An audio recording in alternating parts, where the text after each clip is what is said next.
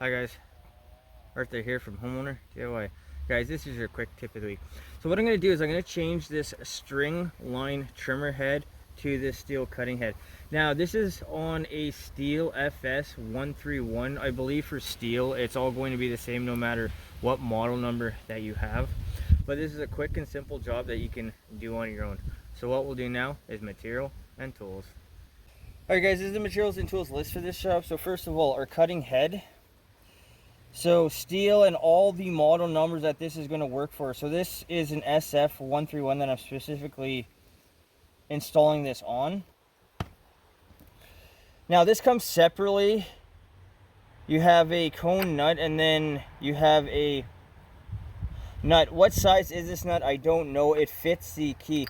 Now one thing with this one, this is all together one piece. I've seen it where this cone shaped washer is a separate piece from this here, but this one here is everything is one piece.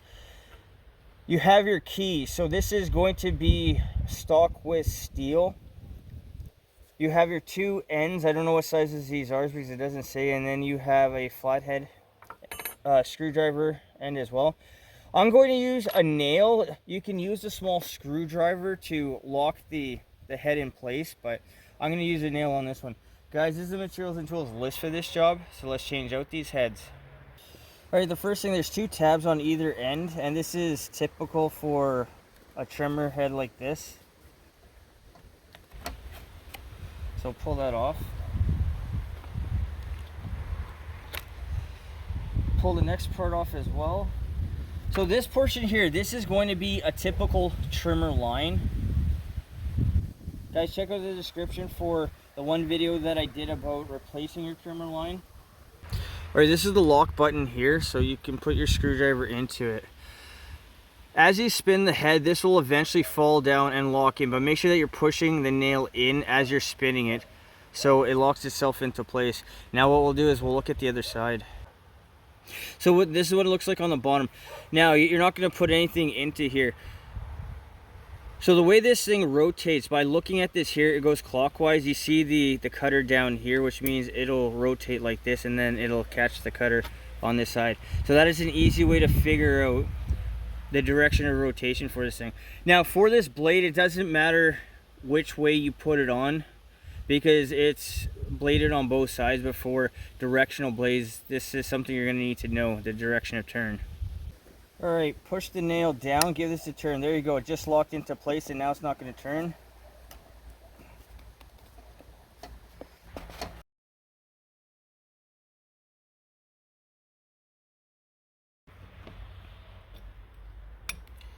Alright, our old part has come out.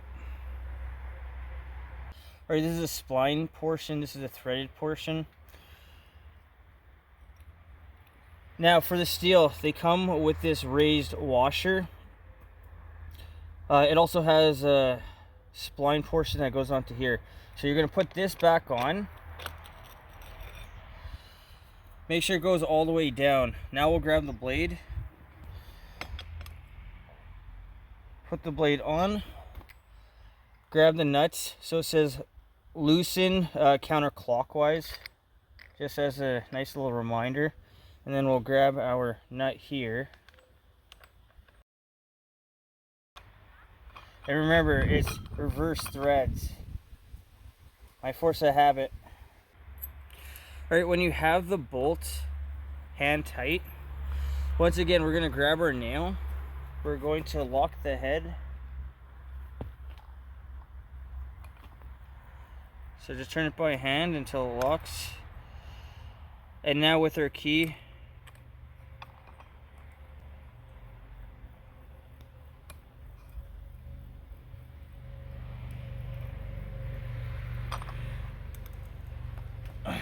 tighten it down as much as you can by hand.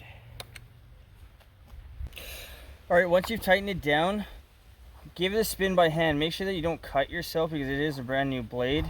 As long as everything seems to be nice and tight, go ahead and give it a test run. Now, if you notice any vibration, if it vibrates violently or anything seems out of the ordinary, stop right away and check what is wrong. The worst thing that can happen is you can lose this blade altogether and potentially seriously injure yourself. So do a quick test run, make sure everything is fine. If everything seems to be normal, then you are now good to go. When it comes to switching a line trimmer head to a Stihl head on a Stihl, this is a quick and simple job that you can do on your own.